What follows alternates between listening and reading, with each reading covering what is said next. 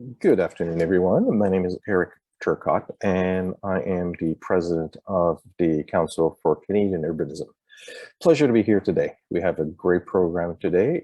This event is part of our CanU 2021 webinar series, and today's theme is the identity of urban places. Our seminar is co-hosted with the City of Mississauga.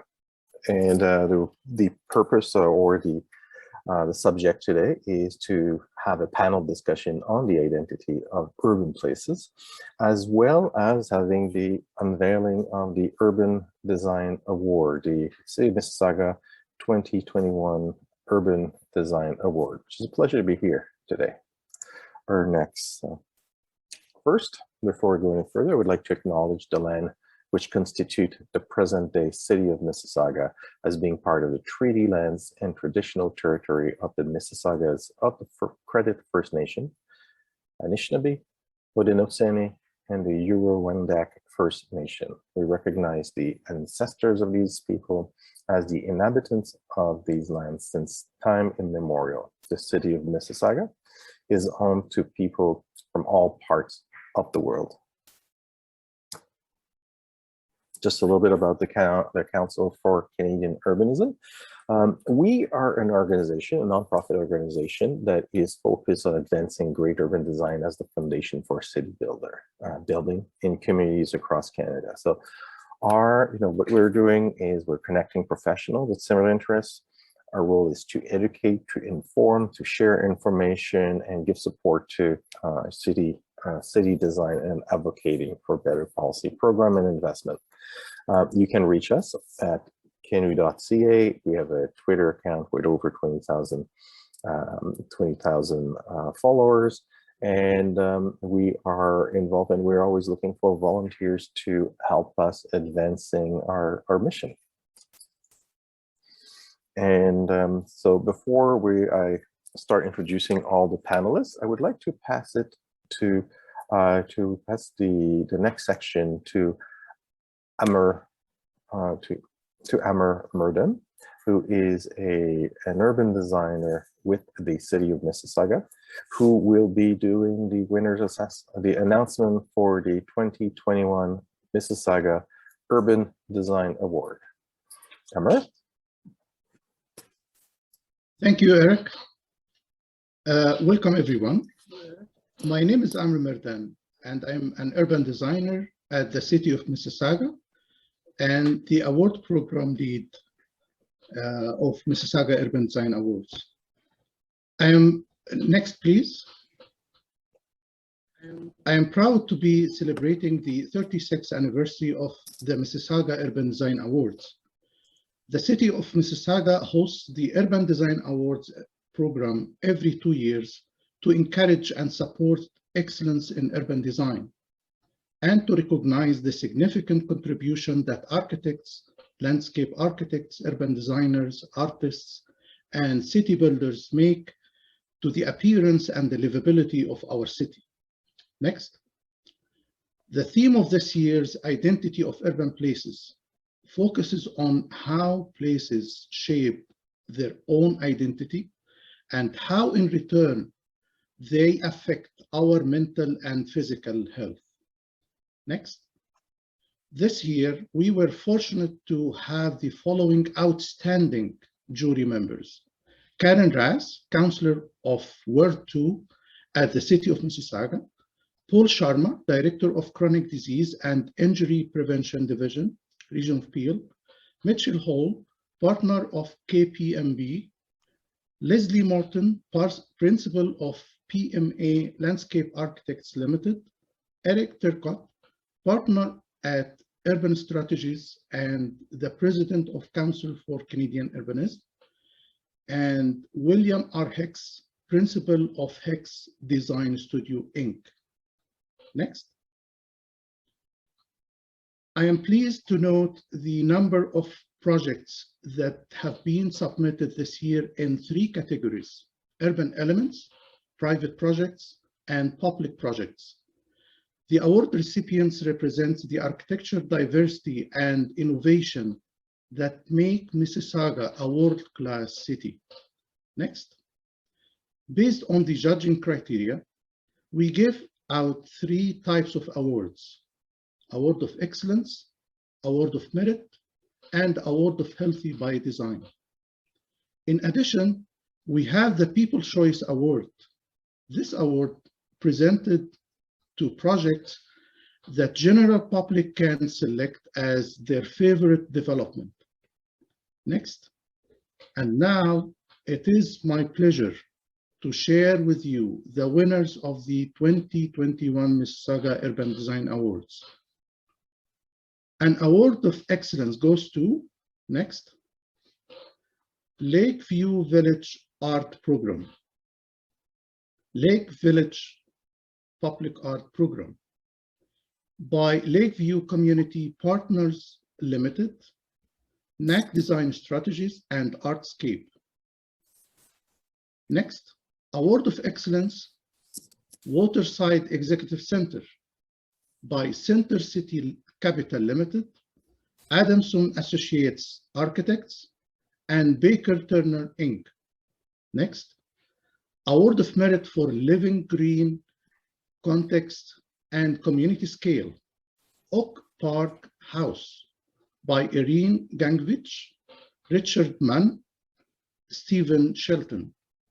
Next, Award of Merit for Innovation, Context, and Execution, Pine Sanctuary by City of Mississauga, Mark Forns, The Very Many.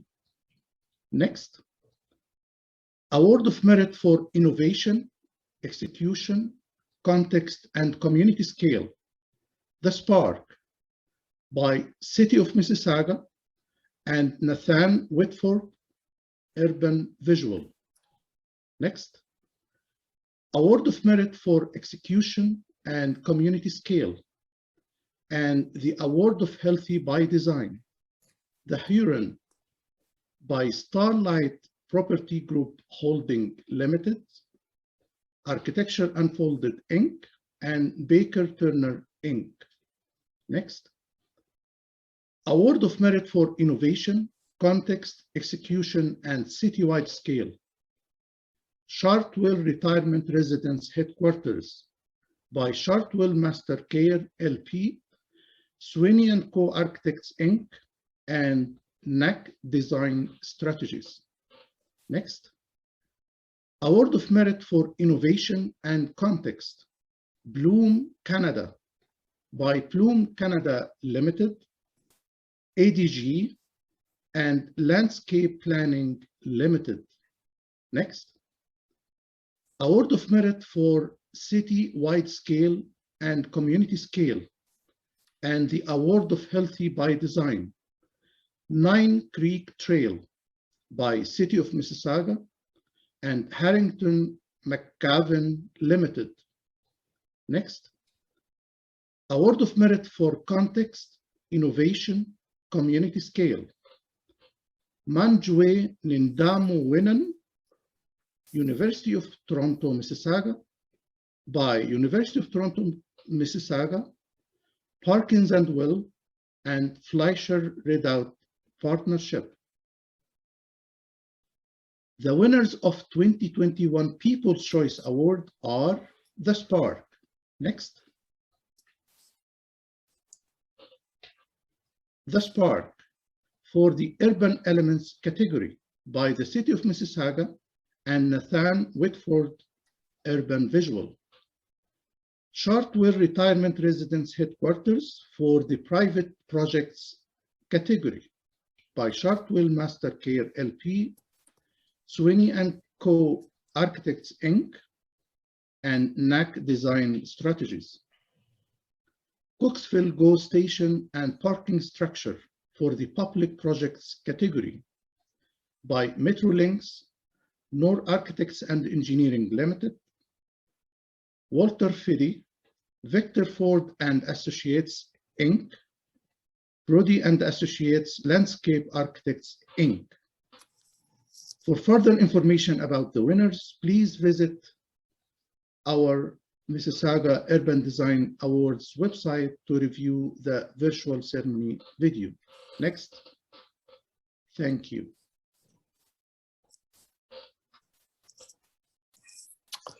Well, thank you very much. Thank yeah. you. Thank you very much, Amar. This is, again, a congratulations to all the winners. Lots of great entries. And I think everyone deserves a round of applause for the quality of the project and the submission for this year. We will now move into our panel discussion. Maybe next slide as well. I'd like to introduce you the today's panelist. We will have so the theme of the panels will be the identity of places. We want to reflect on what it means, what identity means in the Canadian context, how urban design plays a role in shaping the identity of these places, the geography, cultural diversity, the inclusion, climate change. And so we think there's very apropos at this time to have these kind of discussion, as there's a lot of changes that happen in our society and in the all the climate change implication. So without further ado, I'm just going to quickly introduce the panelists. We do have, in the order of the appearance that you'll see, we do have Kaylin Anderson, who is the Vice President of Capital Planning and Chief Planner for the National Capital Commission in Ottawa. We do have Jennifer Nagai, the Director Principal at PSF Studio in Vancouver. We have Ryan Gorey, Architect and Principal at Brooke McElroy, Indigenous Design Studio, and he is based in Winnipeg. And finally, we have Sharon Nittman, Manager of Urban Design and Planning and Building Department at the City of Mississauga. And I also forgot to introduce myself, who's going to be the moderator. I'm Eric Turcotte. I'm a partner at Urban Strategies and the President of the Council for Urbanism. So the format will be each participant will spend 5 minutes to explore the theme, to have an opening statement of the theme. Then they'll have a few slides to support their discussion. Then we'll move into a panel discussion where we'll have some question, and everyone's encouraged to engage into a dialogue. And then also we do have a Q&A icon on your screen. So please don't hesitate we'll try to reserve a bit of time at the end for question and answer directly from the participant to the panelists. So I will, without any further ado, pass it to Kaylin. So before Kaylin, and for more information on each of the participants, we have a bio on our website. You can go and find more details about each of our great participants. Before we begin, Eric, one of the very helpful participants has suggested that if perhaps you turn off your camera, then the audio quality will become better. We will test and see. Let's try that. Okay, so I'll pass it off to Kaylin, who will take over. Okay, thank you. How's my audio? Can you hear me all right? It's perfect. Okay, awesome. Very well. Good. Well, it's really a delight to be here. Thanks for the introduction, Eric. My name is Kaylin. I'm the Vice President of Capital Planning and the Chief Planner for the National Capital Commission. And I really want to thank the organizers of this event, in particular the City of Mississauga and of course the Council for Canadian Urbanism. I'd like to begin my remarks by acknowledging that the National Capital Commission is located on the territory of the Algonquin Nation in Ottawa and Gatineau. And today I'm speaking to you from Treaty 6 territory in Edmonton, Alberta. Next slide, please. We'll move one more forward. Actually, no, wait, we'll stick here for a sec. Before I begin my remarks, I'd like to just do a little bit of a thought experiment. I'd like to ask you right now, just wherever you are in the country, in front of your screen, tuning into Zoom, to picture your favorite place in the world. Imagine yourself there right now and what you're doing in the scene. Some of you might be imagining a place that is very green or blue, because you're in a place like the North Saskatchewan River Valley, or because you're in Stanley Park in Vancouver, or because you're somewhere strolling along a beautiful river walkway, perhaps in downtown Montreal. Next slide, please. I'm going to guess that many of you pictured urban shorelines that might include bistros, restaurants, cafes, water taxis, and other services that can drive economic development, improve quality of life for all residents, and of course, create some interesting tourism opportunities. And hopefully in your imaginations, as we were just sitting for a moment together virtually, some of you pictured the National Capital Region, which is a combination of Ottawa and Gatineau, and is the place where our country reflects its shared identity across a very diverse part of the continent. So in my couple of minutes that remain, I'm just going to focus really specifically on shorelines, because water is something that ties us all together from coast to coast to coast, and this is critically important also in Canada's capital region. So with that, next slide, please.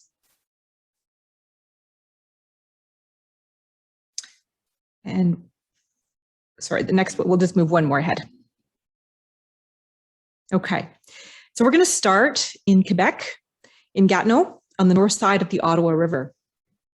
Au ruisseau de la Brasserie, nous entreprenons des travaux en partenariat avec la ville de Gatineau pour revitaliser le secteur alors qu'il se transforme en une pôle culturel pour la région. Next slide, please. Moving ahead, we're now at Tesasini Parc. This means flat rock in Algonquin.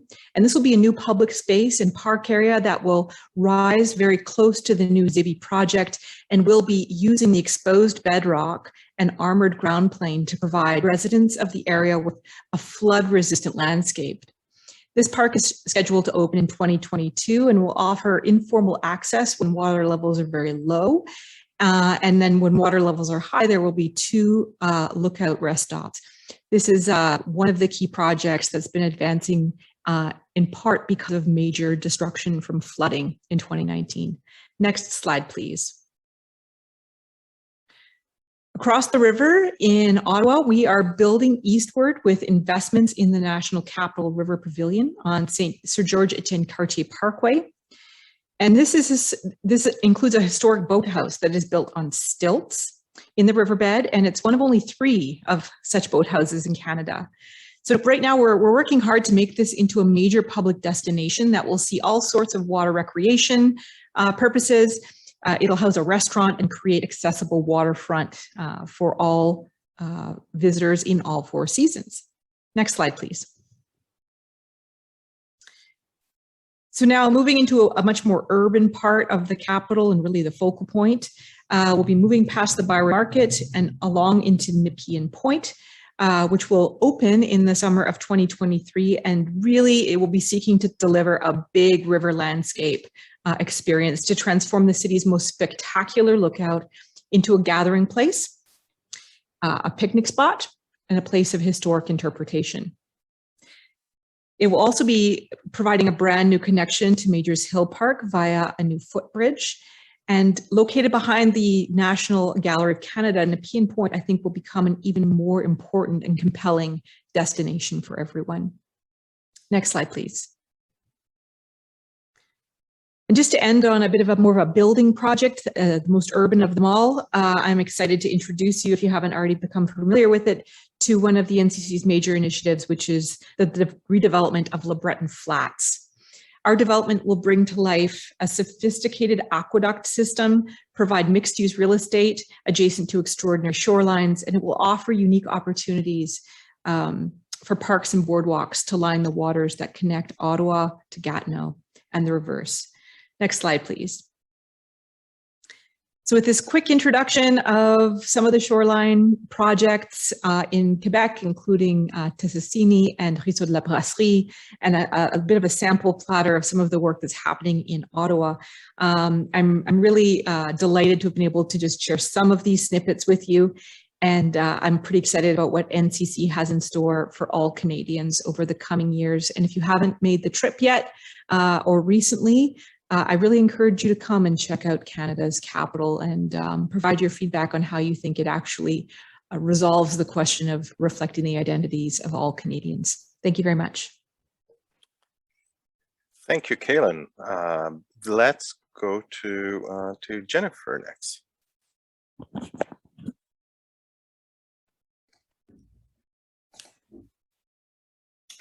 Great.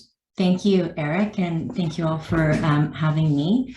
I'm really happy to be here and talk about something that we as a design practice talk quite a bit about when we think about identity and how do we create meaningful public space and how do those spaces really start to build the city and the community and really contribute in a positive way. Next slide, please. So when we often think about identity in our office and how do we create really great public open space, obviously it has to be beautiful, but from our perspective, perhaps the best measure of great open space is how well loved and how well used that space is. And for us, that really is about understanding the community that we're designing for and the cities that we're designing within. Next slide, please. So I'm going to go through a couple of projects that we have within our office that really speak to specific themes that we as a design practice are constantly thinking about when we think about great open space. So this is a park in Toronto called Grange Park. And what's interesting about this project was that the program and what was included in the park was really driven by a document that was developed in consultation with the community. And it was sort of our guide to understand what ingredients would make the best park for this community. And it was really through an engagement process that started 10 years ago. And it kept going through this sort of iterative process to better understand what does the community want to see here? How do they want to engage with this space? How do we start to dedicate enough space for different types of program, and the product of really great discussions about how people want to engage within the park. And so after 10 years of engagement, we were asked to join the team and continue on with the design process of it and the detailed design of this park.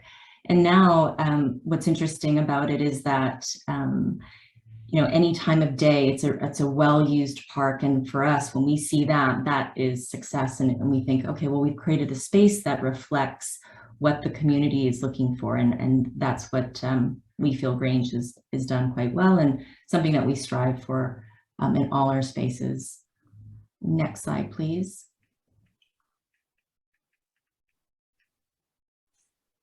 Another theme that we talk a lot about in our practice is place.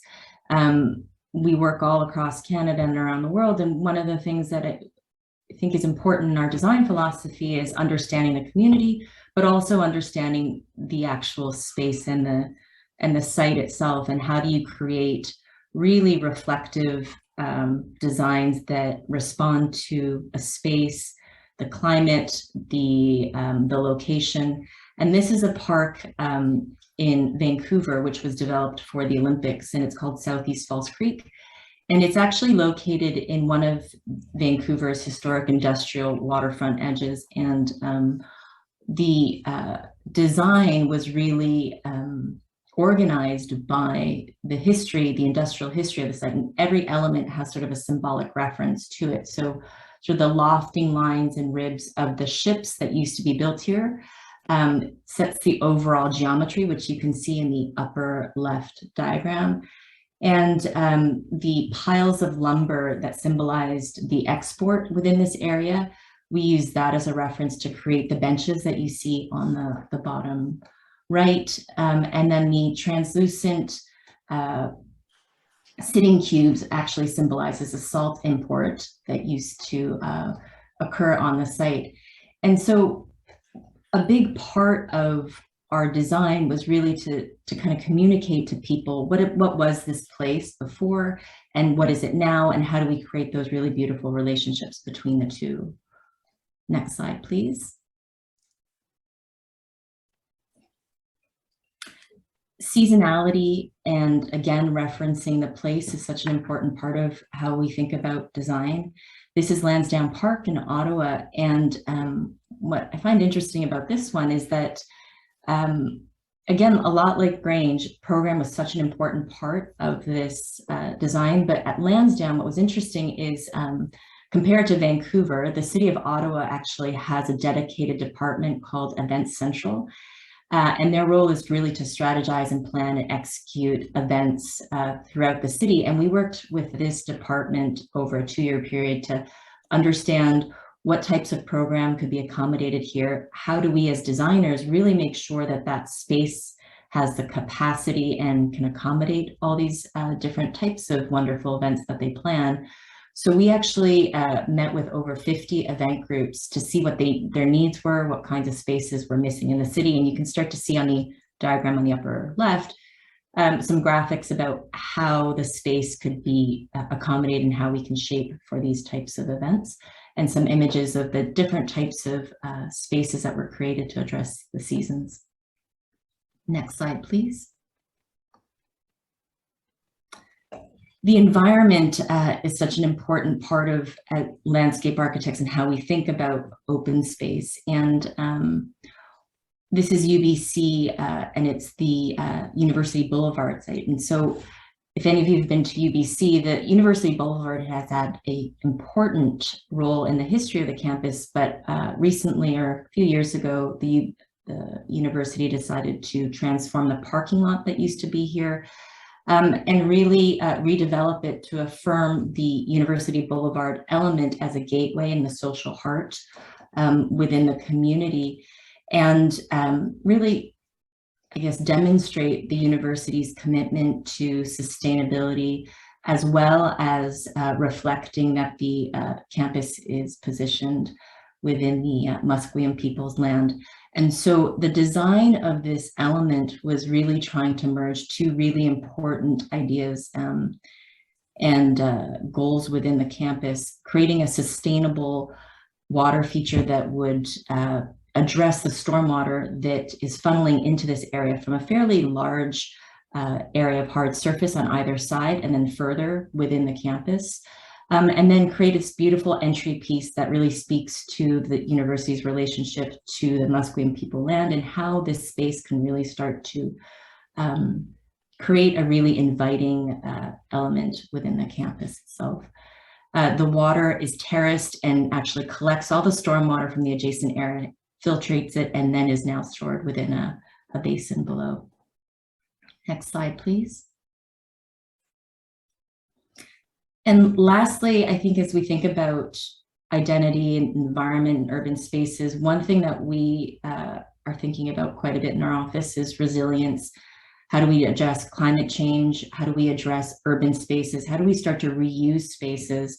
Really start to think about the underutilized spaces within cities. And Underpass Parc, I thought, was a really interesting example. In Toronto, over 50% of this space is under transportation infrastructure. It's a really unique space that has been transformed in a way that really supports the community and the, I guess, the changing neighborhood within the site itself. It was completely underutilized. We were asked to redesign it and really take advantage of the weather protection that's provided within the 50% canopy. And now it has play spaces, it has recreational sports facilities, and a fairly significant open space that supports markets and events. And what I always find interesting about this site is that every time I go, there seems to be another event happening, whether it's a community event or a fashion show or some kind of event that the community is really wanting to support and bring all these different neighborhoods together. And so I thought I'd end with this one, because for me, when I think about open space and identity and urban spaces, it's really about the relationships that you're creating with the community and facilitating that and helping cities kind of build that really important layer. And at Underpass, it seems to be something that's ongoing and continually changing, which is a great part of urban space and its evolution. So thank you. Thank you, Jennifer, for all your thoughtful project. Let's go to Let's go to Ryan. Can everyone hear me okay? Perfect. Miigwech, Rangori Indigenous Kas, Animiki Wikwe Dongan Donji, and Donoki, Oma Treaty 1 territory here in Winnipeg is where I work. I'm from Thunder Bay, and I'm an architect and principal at Brooke McElroy and lead the Indigenous Design Studio. I want to start today by acknowledging, you know, we're on the cusp of September 30th and acknowledging the residential school legacies that have, as we all, I think now know, are responsible for the stripping away of identities of people. And so this is a really, you know, interesting topic for me to talk about. And so I'm thankful for being invited to speak on, at least from my experience in some of our work. So maybe we'll just go to the next slide. You know, and our identities are inextricably linked to our culture, our language. And I think that goes for all people. And so I have a responsibility to the past and to the future. And so the 7 generations that separate my daughter and my grandmother here, you know, there's seen that transition away from who we are as Anishinaabe. And so it's our mission to return to some of that, some of those pieces that were left along the trail. And so it's important to work within this context to, for our children to recognize themselves in not only home, but in ceremony and in the built environment of urban places where so many of us come together. Next slide, please.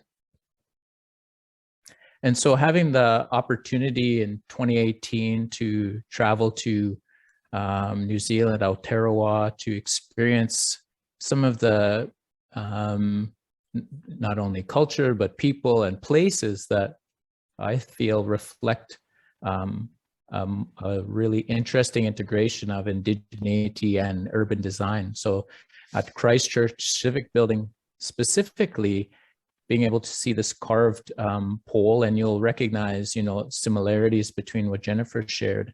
You know, the Pacific nations have a shared history and also shared traditions of making. And so to see this active water feature honoring the land and the people, you know, at a prominent location, and also seeing this, you might be able to see on the right, this bronze eel that's part of this water feature, you know, going through and having a tour of the city, and then arriving at a park where real eels are present, viewed, and where, you know, the people, the Maori who shared with us that's a, you know, a really strong sort of identity piece for them, a food source, and features prominently. So seeing that activation of land relationship and was really powerful. And also, you know, hearing about the earthquake that, while devastating, also kind of cracked open the idea of colonized spaces, allowing Maori to embed and re-engage with the urban environment and bring back some of those things that were taken away through colonization. Next slide, please. A little bit of our work, and maybe you've had a chance to visit Humber College North Campus. This was our opportunity to, in a very prominent location within the Barrett Center for Technology Innovation, feature an icon, a symbol, an artwork that reflected some Indigenous knowledges and something that could be engaged with. So this was, you know, really represented a co-design process with the elders and knowledge holders that we got to engage with at Humber to bring forward those identity pieces, you know, the ideas of the clan system, storytelling within our own culture that predates contact and are still alive threads today. So, you know, this is a beacon. It's something that's visible even when you're flying into Toronto, you can see at night. And you know, having the ability to work with the elders to really push those teachings forward in a way that's contemporary, but still honoring those things in a good way. And this is called the Path of Life sculpture, and those 7 forms up the sculpture represent the 7 stages of life. And so being able to teach about within this space and about this space but also having technological tie-ins like light change and color, temperature, all those things. So, you know, this idea of reciprocal sharing of knowledge. Next slide. And then as we zoom out, another project that we did at the Humber Lakeshore was bringing the migration story. You know, it's one of our stories that talks about our travel from east to west as Anishinaabe. You know, about highlighting some of the clans who were present in the area. And, you know, for everyone coming to the Welcome Center to be able to walk this path sort of figuratively and to understand that these stories are much older than Canada as a country, and that they still have relevance today. They still speak about the formation, and, you know, to understand that many of the places that we live in are named, you know, as such in our languages. That come from this land, that are of this place, and you know, for people to know these things, so bringing it into a place of understanding. And just this little instead of seeing my kids naturally take their shoes off and walk this path when we shared it with them, so that playfulness, that identity. Next slide. And then zooming out further, the Awan gathering place at Collingwood, although not, you know, in a dense urban area, speaking about how we scale up these identity pieces, bringing places of language and knowledge. This is a shot of opening day, but, you know, the story behind it is important. You know, the idea of the community coming together to volunteer some of their labor to build this place, to co-design with Indigenous elders. To really render visible Indigenous identity in a unique way, and for those places to be centers for gathering, for common, you know, everyday use, but for these things to be present and not shuffled away and not tucked away. So, you know, and I would encourage everyone to ask in any project, where are the Indigenous voices in the conversation? You know, inherently related to our identity of Canada is the identity of the Indigenous nations. And so this is the work that we do. This is where we advocate. And yeah, happy to share with you today. Miigwech. Thank you, Ryan, for showing us such inspiring work. It's astonishing. Let's go down to our final panelist, to Sharon.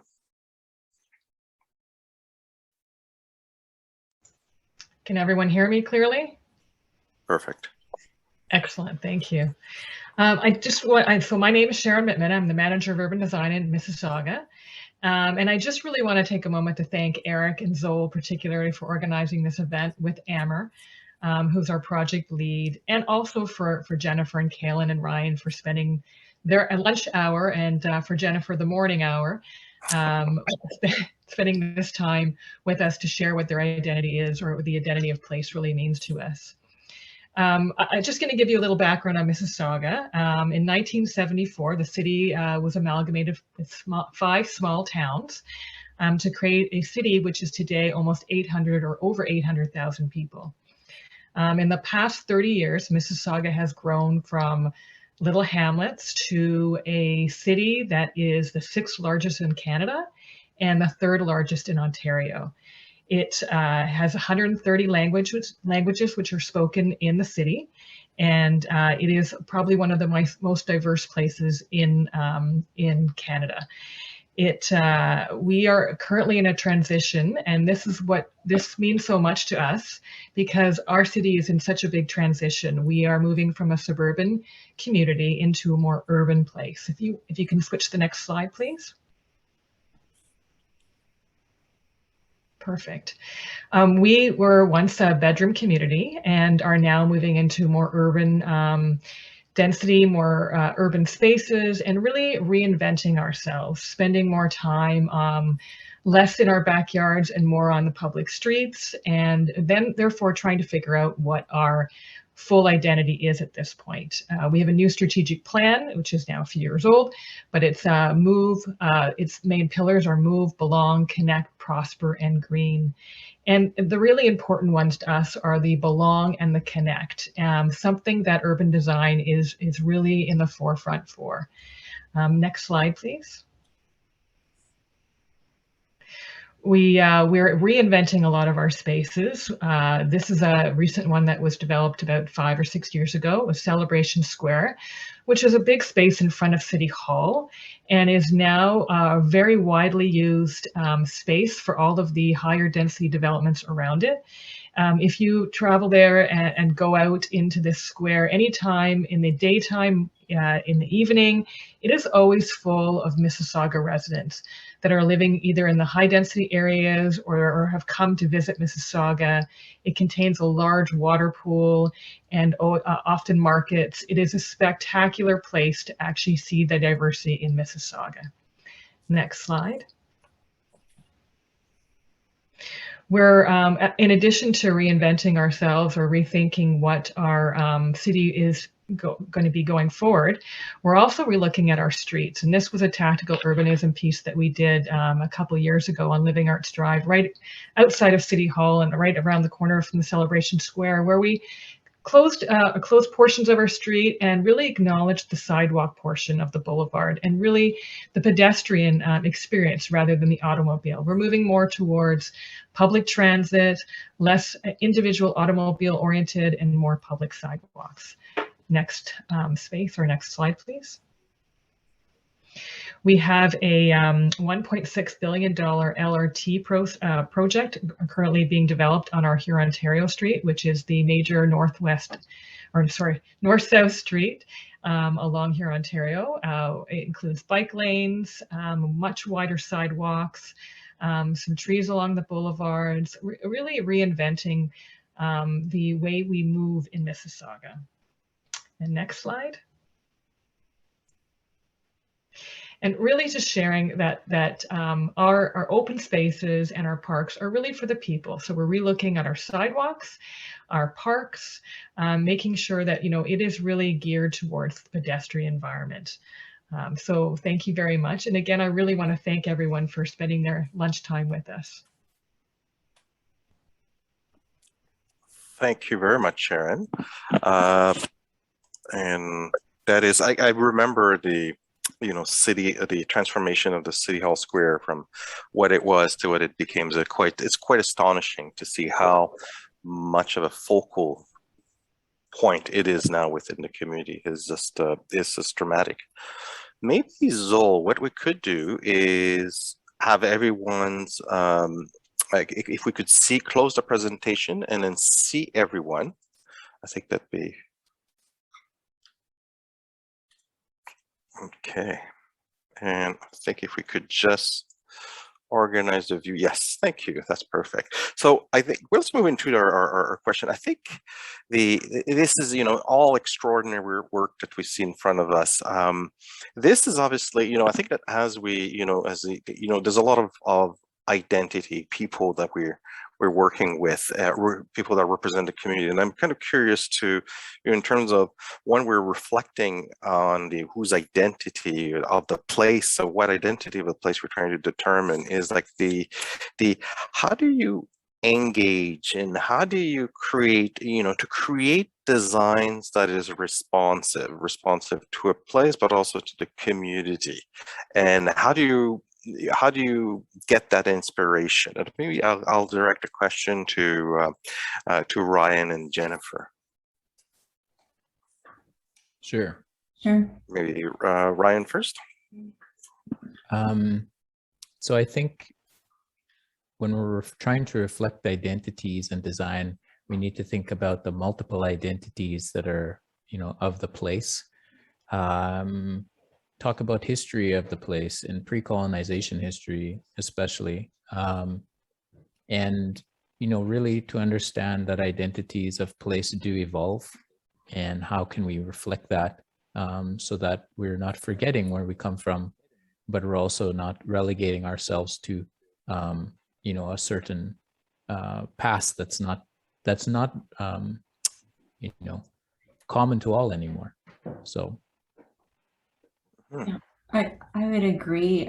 You know, I think what's when I think about the inspiration or how you actually design responsive spaces, I think it's really about forging those relationships with the people of that community. So as Brian was mentioning, you know, thinking about the multiple identities of that community, but I think it's that dialogue that you really have to have in that engagement process, and understanding who is the community, what's of interest, and how do you start to layer that and respond to that in an interesting way. And I think sometimes there is a desire to kind of distill it in a way that I think is in some ways not very Canadian. Like, I think what the beautiful thing about Canada is that it's so multi-layered, and it is sort of the blurring of those lines, and there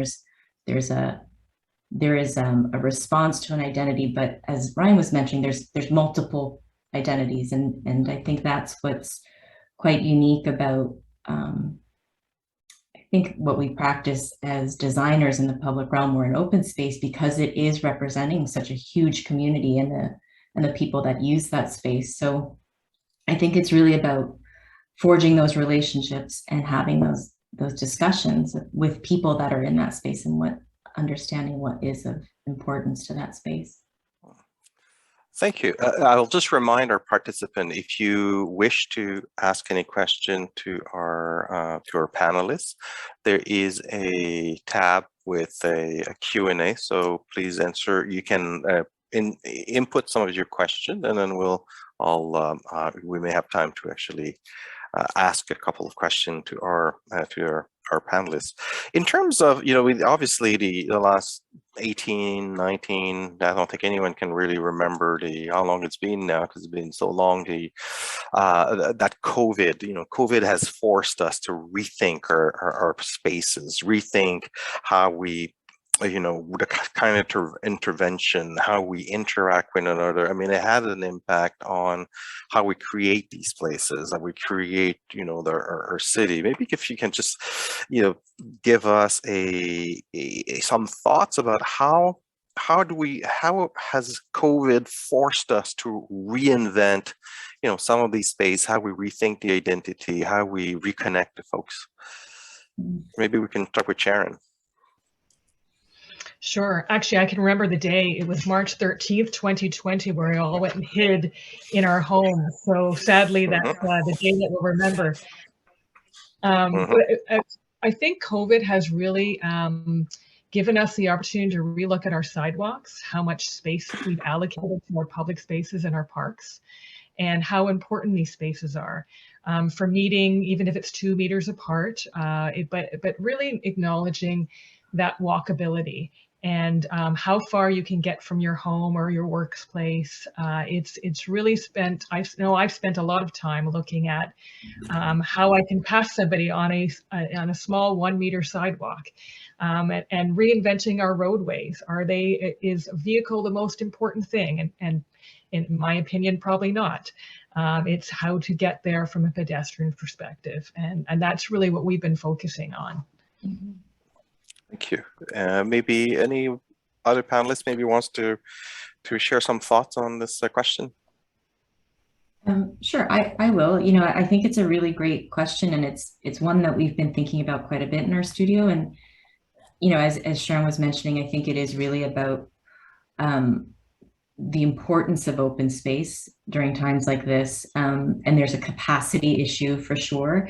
But what I think we're quite interested in is just the reimagining of spaces, right? Like, you know, the laneways that now within neighborhoods have kind of taken on a completely different role than they did before the pandemic, or understanding in terms of capacity, when we think about, you know, how big does a space need to be? There's sort of 2 aspects to it. One is, you know, the requirement for the 2 meters, as Sharon was mentioning, but I think there's also sort of the sort of re-engaging a community and the re-engagement of open spaces and the importance of it. And when you think about all these open spaces in these cities, I'm always amazed during the last 2 years how well occupied they are, which is such a phenomenal thing to see. And I think as designers, recognizing that and thinking about how much open space and public realm do you need to support communities, how close do they need to be, or, you know, within that 5-minute walking radius that we often talk about. I think that's what's really interesting to me, and how that's going to start to shape or change how we think about master planning or large community planning. So I think it'll be a really interesting catalyst for how we start planning for communities. Well, thank you. The one, you know, reconciliation has been at the forefront of our thinking in the country. I'd like to maybe get some, in terms of understanding, and maybe get some thought about how, you know, reconciliation, how can it be, you know, how the kind of the role that it plays in shaping the identity of these urban places, how we actually can capture some of the thoughts to, you know, to help us. Maybe, you know, I'll ask maybe Ryan first this question. Sure, thank you. I mean, it's a big question, but I think truth knowing and, you know, education and advocating are kind of where we need to land in this first kind of phase, you might say, or ongoing work within truth and reconciliation. You know, there's many levels to how I've seen people ask to integrate indigeneity into their projects. You know, anything from, you know, minor language piece to major engagement with community. So there are sort of scales that I see, you know, in reflecting Indigenous identity in the urban environment. So I think it's, you know, the more capacity we have within our industry to not only advocate, but also have precedent to draw on to see good processes, I think the better off we'll be in trying to make those steps. So looking to places where this has been done successfully, you know, like Aotearoa, or things that are happening on the West Coast or other communities. So bringing that to the forefront and present, and being able to tell the stories behind those projects is important, because you can make a connection to how we can really move forward and shape urban space that's more inclusive. Thank you, Ryan. And maybe maybe Caleb, you're obviously representing Ottawa, which is supposed to represent everyone. Maybe how do you, you know, that's a very pertinent question about how does Ottawa, the NCC, and that's going to be, unfortunately, it's probably going to be our last question because we're just about out of time, but take your time to respond, please. Okay, well, thank you. Not to repeat anything that Ryan said, but to build on it, in addition to the great storytelling opportunity that we have through our urban design and on our landscape, I think the one additional element that I'm quite excited about, and I think will be increasingly important, not just in Ottawa, but across the country, is the actual working relationship to get there and true partnership in terms of building things. So not just consultation, but actually working together and seeing procurement processes reflect that. So maybe I'll just end with what I think is a really hopeful anecdote from Ottawa. There's a really important island called Victoria Island, right between sort of the downtown of Hull and what would be kind of the corollary on the other side, kind of roughly around LeBreton. And it's right in the middle of the river under the Portage Bridge. And the intention is to design really holistically a space for to recognize Indigenous Canadians. And in particular, it's the Algonquin people of the local region. The island has always been important historically to those communities, but in more recent years, it was fairly abused. Physically, the land, it was highly contaminated. Some very strange industry practices took place there, and it's been damaged.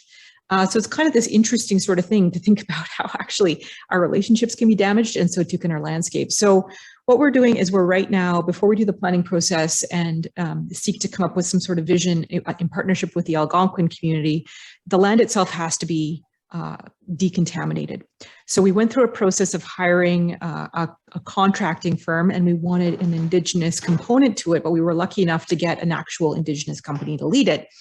And for the first time, I think probably in NCC's history, the project to decontaminate, and this is not my expertise, but I imagine it's a lot of big trucks, and it trucks out very, harshly treated soil. So it's kind of a big machinery. But before this whole noisy, dusty process started, last week there was actually, at the request of the community, a smudging ceremony, which was great. It was elders came and the contractors were there and our environmental staff were there from the NCC. And it was kind of an opportunity to sit and reflect and think about, okay, we're going to be working together. We've got this multi-generational project that sees past human connections that maybe weren't what they ought to have been. It sees past treatment of the land, which probably wasn't what it should have been, or at least can't carry on in that capacity in the future. And now we have this opportunity to clean the land up and to try to rebuild relationship. And so this moment was marked with actually physically working together, not just about telling the stories and trying to gain input, but actually working together and frankly marking the moment. So in addition to everything that's been said, I think it's not just about how we show up on the landscape in terms of interpretation and sculpture and heritage and landscape design, but actually the nuts and bolts of the procurement processes and acknowledgements along the way that we need to be in this together to be working hard to think about how our future will unfold in a good way. Well, thank you, Kaylin. It's unfortunately we're a minute over time.